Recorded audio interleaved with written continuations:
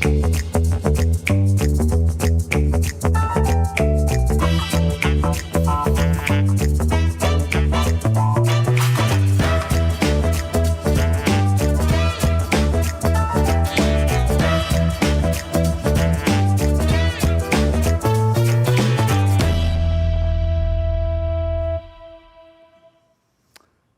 service, how we doing? Fantastic. Hey, a couple things before we kind of dive in this morning. I just want to give you a heads up on this week we're wrapping up Control Freak teaching series, and next week we're starting a brand new teaching series. We're calling it Best Chapter Ever. Here's kind of what that means. The thing that we call the Bible, it's actually a small library, 66 books, so there's a lot of like chapters in there. And we've actually chosen one of our favorite, so we're just calling it the best chapter ever. And we're just going to walk through that chapter for a few weeks. And so I hope you'll join us, and it should be a lot of fun. And also in a couple of weeks, this is really important, we're doing a one-off, we call it a lab. It's really just a conversation on parenting with mental health in mind. I don't know if you know this, but like the scariest kind of stat that's out there is that just the level of anxiety that most of your kids or grandkids or nieces or nephews or whatever are living with, if we were to go back 70 years to the 50s, they would have been institutionalized. That's the level of anxiety that teens, like sort of the Gen Z and even now Gen Alpha, is sort of experiencing. And so if we're not being intentional about parenting with our children's mental health in mind, we're probably putting ourselves at a disadvantage. And so we've brought in a couple of our really respected psychologists that attend here who are going to just lead us in a conversation and also let you pepper them with questions after they kind of do a content piece. So parenting with mental health in mind is May 22nd, 6:30 to 8. We do have childcare for that, and so we'd love. You can sign up. There's I think QR codes on the back of your seats, the app, the Next Lounge. I mean, there's a million ways to sign up. It's super easy, and it's free. So love for you to pop in on that. Also, I would be remiss if I did not say Happy Mother's Day. Happy Mother's Day to all you moms and grandmas and aunts and mother figures, and really, we see this as a day just to celebrate women. We just are so grateful for each and every one of you and for all that you do, which is why in between services we're throwing a little bit of a party. We've got Mama-ritas out there. 8:30 service, someone got legitimately annoyed at me because I told them there was no tequila in the Mama-ritas. And they were like, why would you even do that? You know, that's like bait and switch. And I was like, it's 8:30 in the morning. You got other problems. So we have also got succulents out there. Apparently, I don't even know what that is. Like a cactus? Is that what that is? Like a little cactus thing? Apparently they're popular. The succulent lady went and got more. She's in the process of coming back after first service. Also, of course, the wonderful photo booth to take all your Mother's Day photos to put on Insta later today. So I also just in the midst of all of that want to say and really affirm all of you ladies who dread today.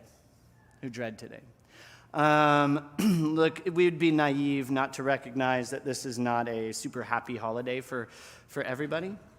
And so to you, if this is not a happy holiday for you, to those of you that have lost mothers, you're estranged from your mothers, you've lost children, or for whatever reason want children and are unable to have them, we think today's about you as well. This is your day too, and we want you to know that we see you, we love you, and we are absolutely here for you, and you are a part of what we are celebrating today. Yes, you can clap. So you can be happy today, and that's awesome, or this can be a really hard day, and you can be sad today.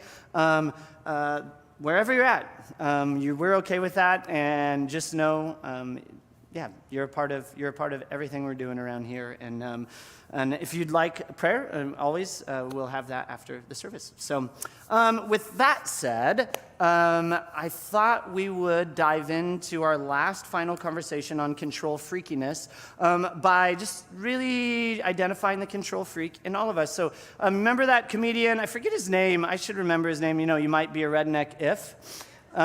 Jeff Foxworthy, yeah, there he is. So we're going to do a version of that this morning. You might be a control freak if, right? So you might be a control freak if you alphabetize your spice rack.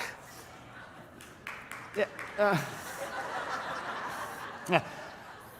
Self-admitted crazy over here. So, you're constantly reminding other people about everything. Like if you're the friend that calls your friend about their dentist appointment, you got real problems. You got real problems. Or how about you people that serve as the grammar police on social media? The only comments you ever leave are, it's T-H-E-I-R, not T... Okay, just let it go. You own a label maker, right? If you own a label, nobody needs that. Nobody needs that. When people show up at your house, if you've labeled things, just turn them around because they're gonna judge you. How about this? You can never ride in a car without driving. Just let it go, right? Just come on. You've emailed your kid's teacher more than once this week. Okay, let me just say this for every educator in the room. Your kid isn't the only one in their classroom, right? And whatever's going on in your kid's life, it's probably not a crisis. Just breathe. You complain that no one helps with household chores, but then you don't let anyone help when they ask because they do it wrong. I feel that so much. That's a special level of crazy. You redo your kid's homework. Listen, just get out of here, little Timmy. I'm smarter than you.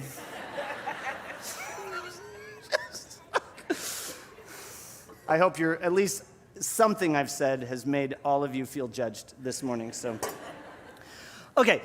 That was funny. Now I'm going to go dark on us. So the room and the emotion and vibe in this room is totally about to change. So just get ready for that. So you also might be a control freak if you constantly read through your spouse's texts and emails on their phone. You feel that? You see how that happens so fast? Or you're a bit overactive on the Find My iPhone app. They already told you where they're going. Or, and this is pretty serious, you regulate another person's access to food, money, or sex. You employ gaslighting, dishonesty, and emotional abuse to get your way. You might be a control freak if you constantly use guilt as a control tactic or you weaponize your emotions. Satan is here. I'm just kidding. I don't know what that was. That was terrifying.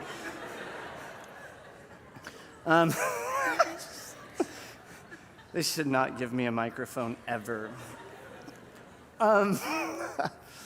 So today, hopefully, we'll wrap up our conversation on control. And so just to kind of catch us all up in case you're just tuning in, and if you are just tuning in, let me encourage you, go back, grab the podcast, grab the YouTube video, whatever it is, and kind of get the first 2 weeks, because I think they really add to this, what we're going to say today. And so just to get us caught up, though, week one, I was up here, and we talked about sort of the anatomy of a control freak. And we said, well, of course, it's absolutely healthy to have some say over the direction of your life. There is a line, right? There's a line. And when it gets crossed, we sort of enter the control freak zone. And last week, we just talked about what that looked like. And we did say, listen, it's important to recognize that there's a little control freak in all of us, and we all have our control freak moments, because in a series like this, it's really easy to be like not throughout the entire teaching doing this to the person sitting next to you, or like, he's talking to you. He is definitely talking to you. And that's fine. Just also look in the mirror, right? Look in the mirror and recognize that you have some control freak tendencies as well. And then last week, Steph was up here, and we talked about how do we respond when our whole world feels like it's out of control. And she said this. She said, listen, typically how we respond when our world feels out of control is that we either give in or we give up. But she offered a third way approach, and she said, listen, don't give up, don't give in, but rather give your best. Give your best effort and give Jesus an opportunity to work regardless, and this was an important part of her teaching, regardless of the outcome. Regardless, you're not giving your best because you think, well, Jesus will be happy with me and so I'll get. No, you do your best and you give Jesus an opportunity to work, and regardless of the outcome. And so that's where we've been. So today I'd like to kind of wrap this whole conversation up by talking about how control oftentimes gets played out in our relationships, right? I mean, that's really where we're kind of experiencing this control stuff. And because here's what's true: when it comes to control, we struggle the most with the ones we love the most. It's in our closest relationships. It's easy to find ourselves in a place where we're struggling with control. Oftentimes that looks like expectations, right? And again, to some degree, we're all on the spectrum here. We all do this. Right? Some of us are sort of in and out of it depending on the circumstances, right? But others, again, we've kind of permanently crossed that line, and we need to just maybe work on that a bit, right? And you felt this. You felt this in your relationship, like in your marriage relationships, right? Your significant others, partners, whatever. You often, maybe like you've noticed, you've started like micromanaging your children. You know where I've noticed this a lot? I was a youth pastor, worked with teenagers and their parents for 15 years, and where I really see parents start grasping for control in a way they haven't prior to is when their kids are seniors in high school. Kids will come to me always when they're seniors and they'll say, I don't know what's going on with my mom, but she is freaking out. Right? And I said, just give them a breather. They're scared. You're about to leave the house for the first time. You're moving away. You're their baby, right? Like, just let them freak out. They'll get past it, right? Like, just kind of move through it. But oftentimes we kind of go in and out. We're like, oh, I'm so proud of my kid. They're so, they've achieved all these things and they're going to move away, right? And then in the next moment, you're like behaving really weird and controlling and micromanaging because you got to keep them close, right? And so again, maybe you've experienced it that way, or maybe you've said things to some of your close friends even where maybe you probably shouldn't have because they were doing something that maybe wasn't destructive or wrong. It was just not how you did it. And you were like, well, I know you're not asking for my opinion, but let me just tell you, right? Sometimes we need to watch maybe how that comes off. And then we justify. Of course, we justify our control freakiness often by saying, well, how can I possibly let it go? It's so important, right? As though what you're doing is for them. You've just convinced yourself it's for them. Really, it's benefiting you because there's something going on in you that you need sort of tamped down. And so you're sort of exercising control or putting expectations on people to sort of calm down whatever's freaking out on the inside of you. It's not really for them. It's for you most of the time. And here's the thing. When it comes to the pursuit of control in relationship, this is such an important conversation because it's the most significant obstacle to intimacy, be it intimacy in marriage, friendship, child-parent, right, relationship, whatever it might be. The pursuit of control, right, is the most significant obstacle to intimacy. And yet, for whatever reason, even if we know this, even if it feels like, and we can actually watch the wall being built that's separating the two of you, right, even if you can do all of that, it's like we can't stop this crazy pursuit of control and power and autonomy, right? I mean, it's just, so why is that? Why sometimes does it feel like we can't even stop our own behavior when it comes to being a control freak? And I think there's probably lots of reasons. Again, it's a super complex issue, and the series is only 3 weeks because I don't have anything else to say about it. I mean, other smart people do, but I don't. And so here's what I think is underneath that and why sometimes we just can't stop. Anxiety. It's anxiety. Right? Buried deep in the soul of every control freak is an abundant supply of anxiety, right? Seemingly endless stream that's constantly fueling a fear of being out of control.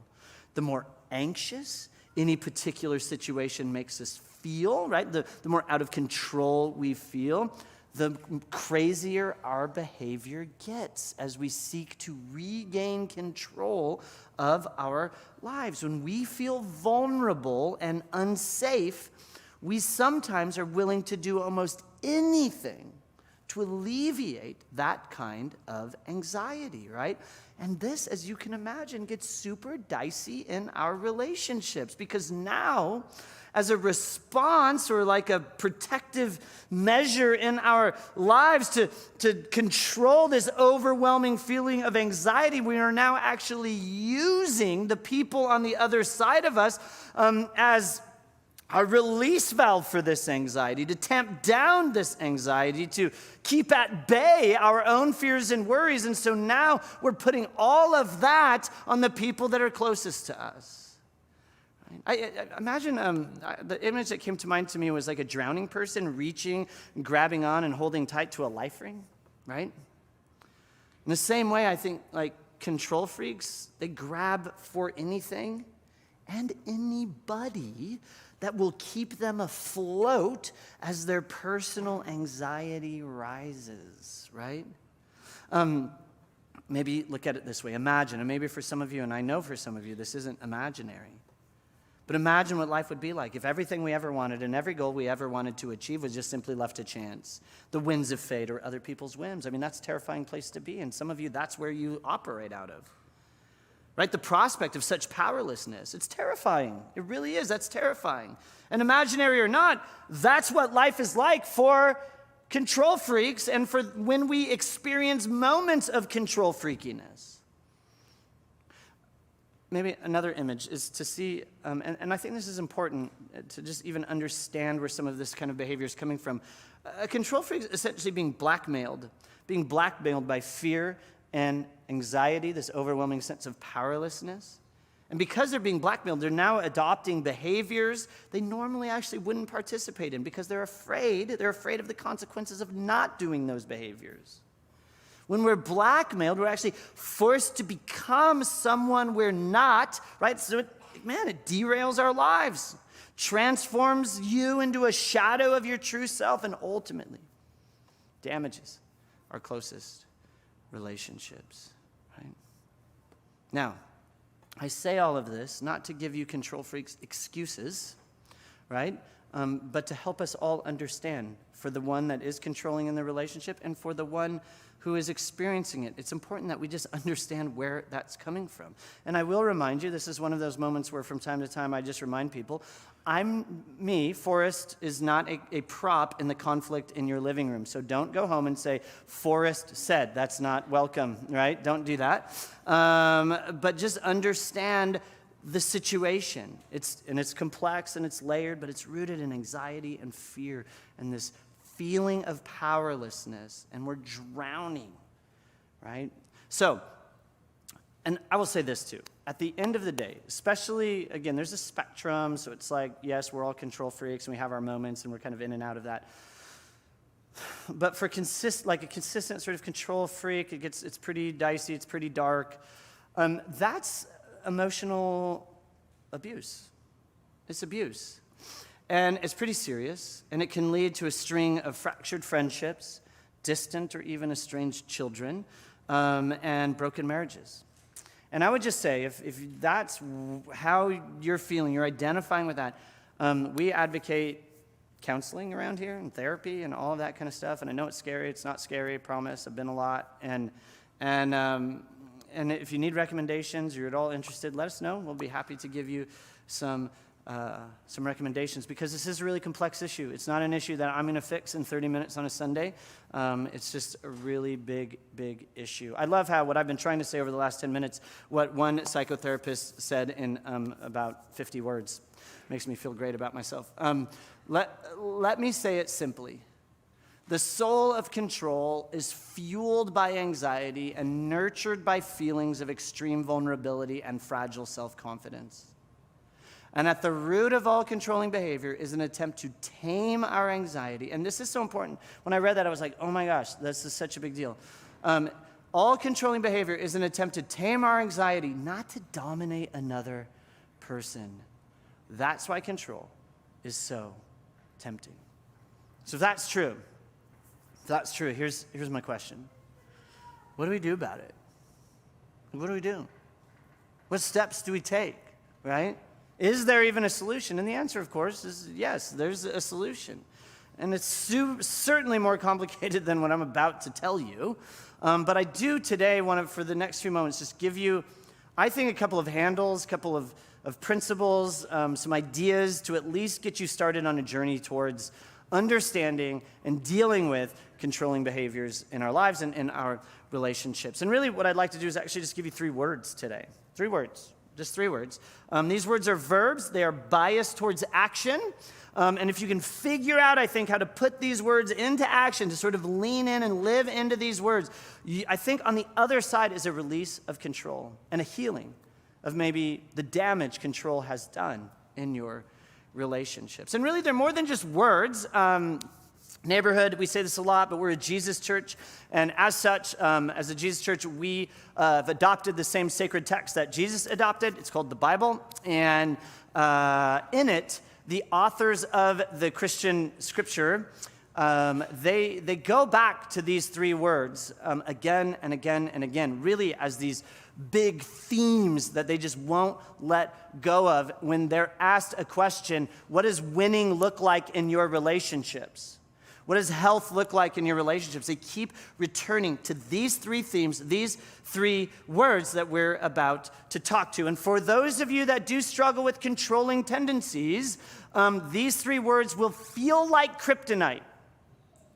But I will say this: they are at their heart, I think, the secret to your strength and health in your relationships. And so let's dive in. The first word is grace. It's grace. Grace has been called Jesus' magnum opus, right? His great work, his best idea. Now, Christians understand grace very specifically. Grace is, through a Christian lens, is this undeserving, freely given gift given to us by Jesus, right? And it's the gift of love, it's the gift of rescue, it's the gift of redemption, right? For Christians, grace is a reminder, right? For Christians, grace is a reminder that there's nothing we can do to make God love us more, and it's a reminder that there's nothing we can do to make God love us less. That's grace. It's a reminder that there's nothing we can do to make God love us more, and there's nothing we can do to make God love us less. I love how one 18th century pastor put it, Joseph Cook. He said this: grace is the face that love wears when it meets imperfect. Grace is the face that love wears when it meets imperfect. And grace is a tough word for control freaks because we don't like imperfect. Oftentimes, control freakiness manifests itself through perfection or the pursuit of perfection, right? But here's the thing: grace is so powerful in relationships because it offers the gift of imperfection, right? Grace is the gift of being accepted before you're acceptable, right? Grace can't be earned. To earn something, there's like an equivalent to that, but there's no equivalent when grace is part of the conversation. Grace is birthed out of like a hopeless inequity. Grace is the offer of exactly what we don't deserve. Grace doesn't demand perfection. It doesn't manipulate or shame to get its way. It's just offered. It's just sort of out there. Here's how one Christian writer addresses grace. And there's so much here, but I'm just going to kind of fly by it, but I wanted to throw it up there anyway. So this guy, his name's Paul. He's a prolific early first century Christian author. But because of his great love for us, God, who is rich in mercy, made us alive with Christ. Remember, Christ is a title for Jesus, means king. So King Jesus made us alive with King Jesus, even when we were dead in our transgressions. It's by grace, you've been this free gift of love and redemption and rescue, that you've been saved. For it's by grace you've been saved, right? We're just repeating ourselves. He so wants us to get this. Through faith, this is not from yourselves. Like, it's just a gift. It's the free gift of God. It's just yours. You don't have to do anything. Not by works, again, not by anything you just did. So that no one can brag that they're cool and someone else isn't. Paul says, listen, grace is everything. Like, this is it. This is the gift. But it's everything because of Jesus. Grace lives because he does. It works because he works. It matters because he matters. To be saved by grace is to be saved by Jesus, not an idea about Jesus, not a doctrine about Jesus, not a creed of the organization that we call the Church of Jesus. No, it's not church membership. It's not a hoop. It's not any of that. Just Jesus. You actually don't have a role to play in grace. When it comes to grace, the only question is am I open to it? Will I embrace it, wrap my arms around it? The only question for you when it comes to grace is, am I willing to say yes? Will I unwrap the present that's being given? That's all that comes into play when it comes to grace, because grace is a gift, a free one. No strings attached, right? And so, with that said, when it comes to our relationships, every one of them can benefit from a generous supply of grace, of gift giving, of love and rescue and redemption, of saying you're accepted before you're acceptable. That I won't, here's a gift of me saying I won't control you, I won't manipulate you, I won't shame you, or use you as a prop to tame and tamp down my own fears and anxieties. That's grace, right? In a relationship, grace is just simply this, it's a cycle of this thing that's constantly being offered or asked for, offered, and received. Asked for, offered, and received. That's at its heart how grace works in a relationship. It's being asked for, it's being offered, it's being received. And it's just, that's the cycle. Because, and here's why it's so important, when grace is this thing that opens up new possibility in our relationships. Without grace, a relationship actually doesn't have the space to heal from the wounds created by controlling behavior. Grace is like this sandbox that now your relationship is sort of playing in that allows new life to form between you and the person that you love. So that's the first word. That's grace. And it's important. And we need a generous supply in our relationships.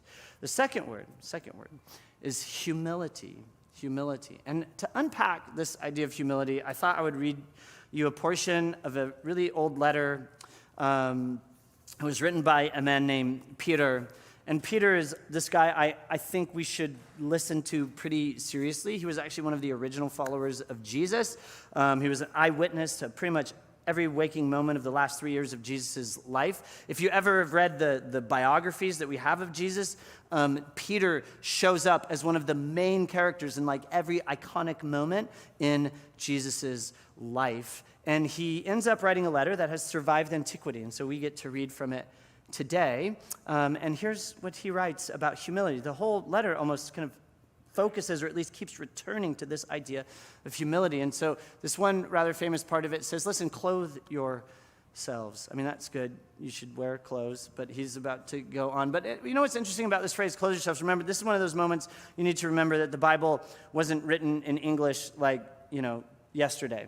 It's really old, and Peter wrote in Greek. And what we translate clothe yourselves actually means, if we translated it literally, it would be put on the apron of a slave. Put on the apron of the slave. We say clothe yourself, but Peter's saying put on the apron of a slave. Clothe yourselves with humility towards one another, he writes. That this is how we behave towards each other. We serve. We put on the apron of a slave and ask, how can I help? We don't control, we give up control. Essentially, Peter's saying, when it comes to your relationships, in terms of your marriage, with your, in terms of like a relationship with your fiance, your boyfriend, your girlfriend, your partner, your kids, your coworkers, your friends, whatever, go small. Go small. Let others go first. Go to the back of the line. Peter's saying at every point of decision in your relationship, ask yourself, what would a humble person do? And this is an important question, because even if you're not humble, you can do what a humble person does. Fake it. Fake it if you're not there yet. Just do it, right? Right? What's the phrase? Actions speak louder than words. You've heard that one? That's true, right? And I think Peter's like, yeah, just fake it. Just ask yourself and then do what would a humble person do? And then we should say, well, Peter, why? Why should we do that? Well, he tells us. He actually tells us. He says, because God opposes the proud, but shows favor to the humble. Now, this is Peter's actually quoting from the ancient wisdom sayings of the Jewish people. And I will just say this before I go on. I know there are some of you in this room that do not believe in God, and that's perfectly fine.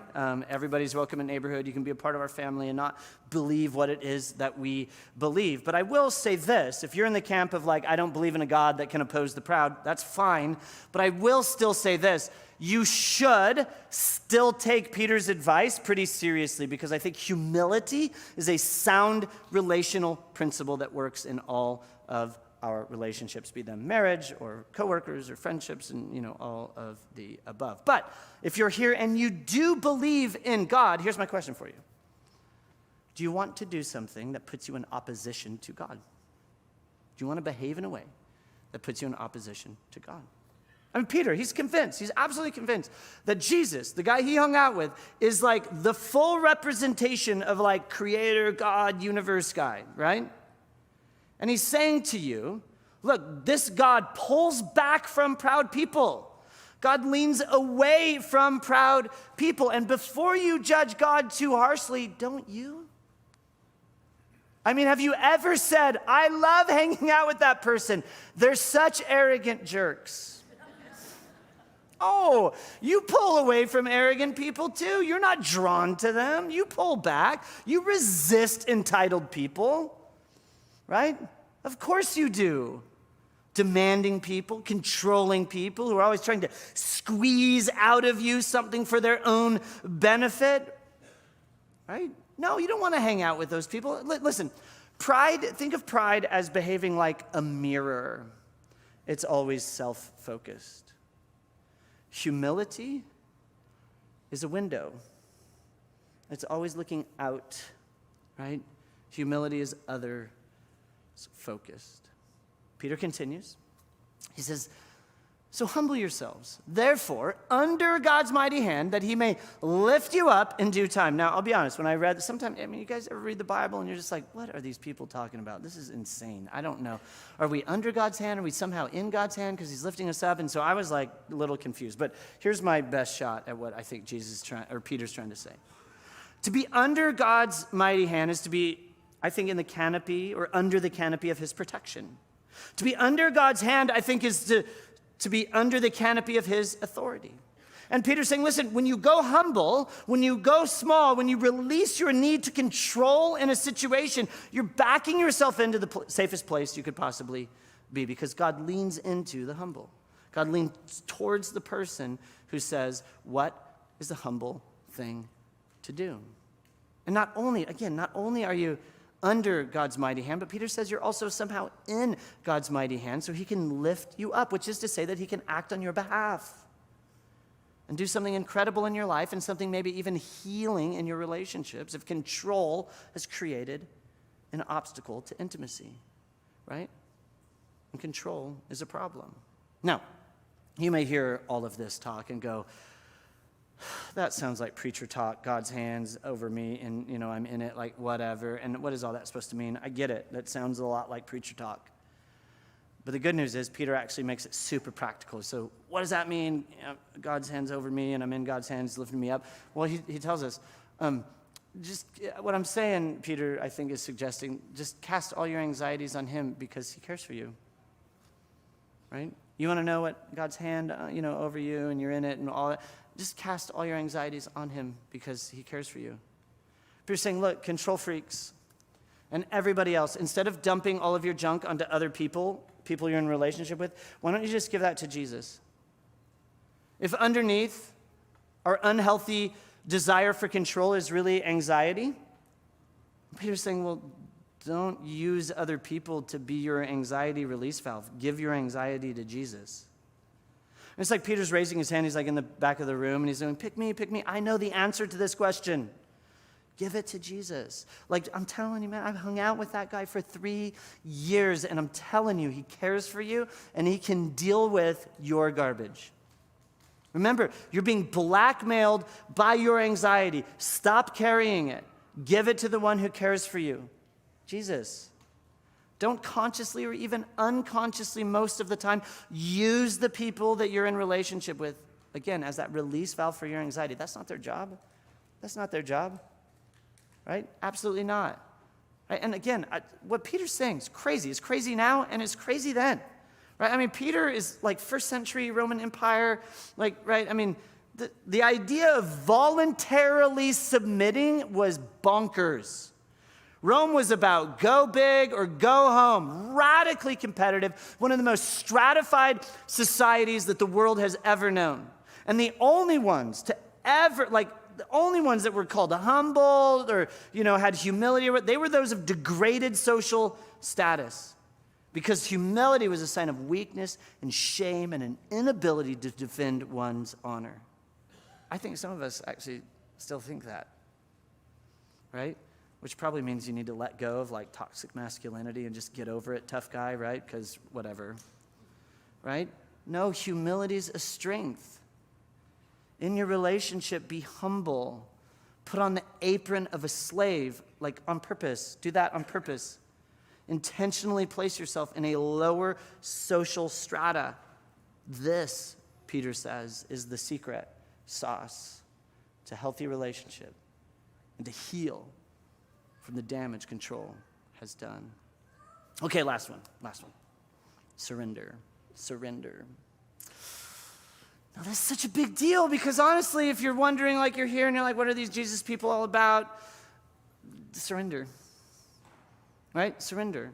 Giving up, submitting, losing on purpose for the benefit of other people. This is foundational to Christianity. And right, we hate this. We grew up in a culture that's the opposite. I mean, we've been baptized in a culture that says, fight for your rights, never give up, submit to no one. You can't talk to me like that. Okay. Right? Life in the way of Jesus, it's all about surrendering, handing over your rights, submitting yourself to someone. I mean, that's how the whole Jesus thing works. Remember, he's king. You submit to the king. You surrender to his rule, his way of love and humility and compassion. We need to learn the art of surrendering, not just to Jesus. But how do we surrender? And again, please don't ever hear me saying, just be a doormat to the controlling psychos in your life. Absolutely not. Don't ever do that. But I mean, you get the point. Right? I'll close with this. I've talked enough, so here's a story. One of my favorite spiritual writers, he's just phenomenal, is late Catholic priest. His name was Henry Nouwen. Brilliant guy. But he was kind of weird too. So he was really into the circus, right? Would any of you say hey, what are you into? Raise your hand if your answer to the question, what are you into, is the circus, right? I mean, but Henry Nouwen, what he was into was the circus, especially the flying trapeze acts. He was super into it. And anytime the circus was in town, he would go every single day.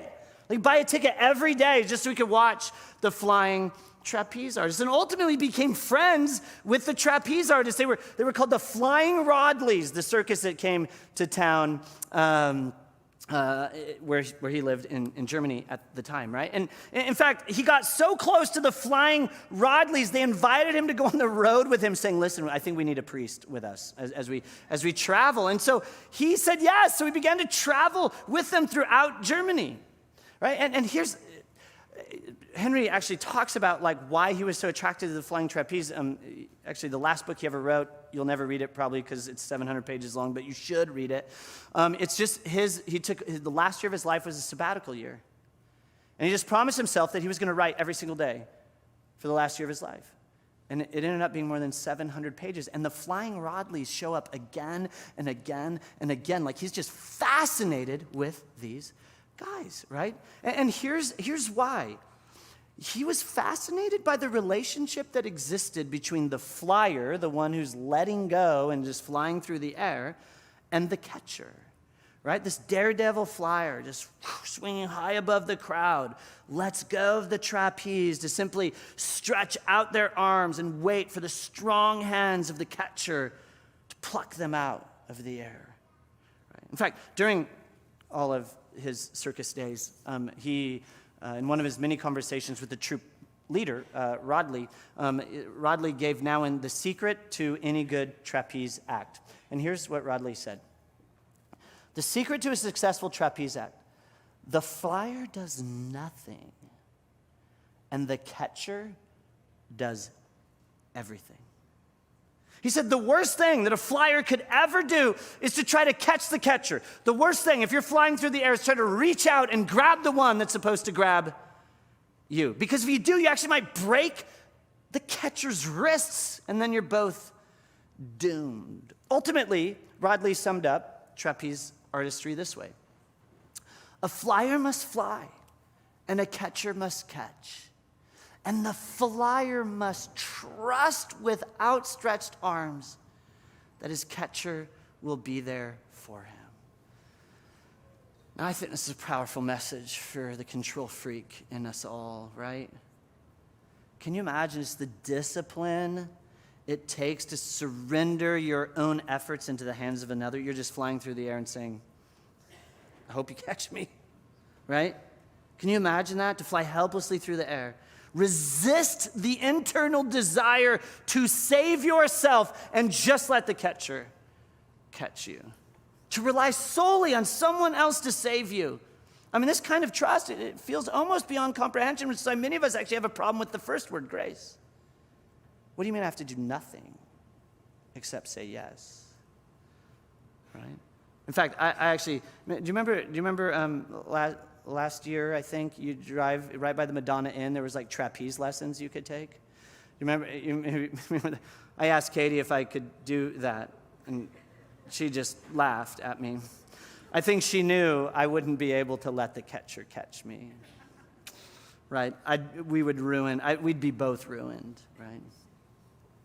But it's this quality to let someone else save you from yourself. Being able to surrender to another is what propels us beyond being this like overly opinionated, intrusive, tenacious, domineering, invasive, impatient, psychopath control freak. Nowen it was so good. I mean, it's just wonderful. Nowen saw the trapeze as metaphor for our spiritual lives. And he says this, he said, listen, we learn to truly fly in life when we learn to surrender more and more into the hands of who he called our eternal catcher, Jesus. That you trust that Jesus, who is the catcher, your catcher, loves you enough that he's not going to let you fall. And the more you trust that, the more you'll actually learn to fly in this life. That all the things you worry about, your health and your children and your finances, your relationships, yes, you pray, you do your best, you lean in, you make the smart choices, you do all of that. But then at the end of the day, let go. Let go and let Jesus catch you. Because with outstretched arms, you allow him to do the heavy lifting. With outstretched arms, you believe that he's strong enough and that his timing is always right on. Can I pray for us? Jesus, thanks. Thanks for today. Thanks for a day just to celebrate women, their stories, their lives, and all that they mean to us today. And thank you that you're a trustworthy catcher, that you desire for us to fly.